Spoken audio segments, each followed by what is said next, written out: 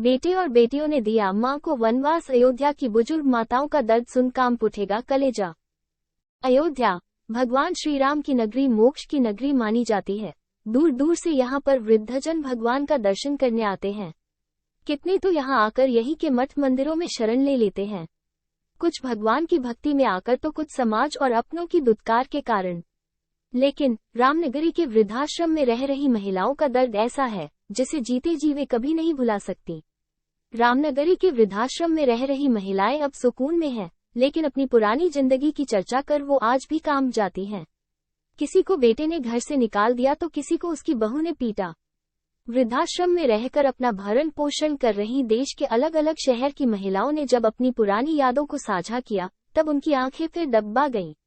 जब बहू मारती थी तब बेटा और पति चुप रहते थे। अयोध्या के वृद्धाश्रम में रह रही 65 वर्षीय शांति बताती है कि घर में बहू से आए दिन झगड़े होते थे।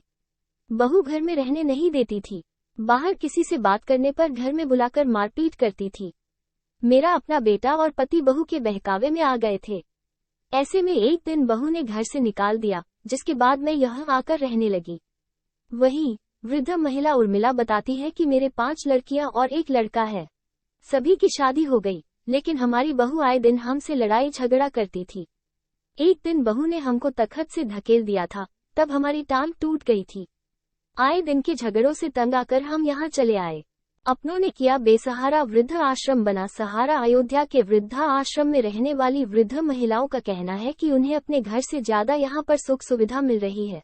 उन्हें भी यहाँ किसी प्रकार की कोई दिक्कत नहीं है। हर समय खाने से लेकर दवा कपड़े की व्यवस्था वृद्ध आश्रम की तरफ से मिलती है।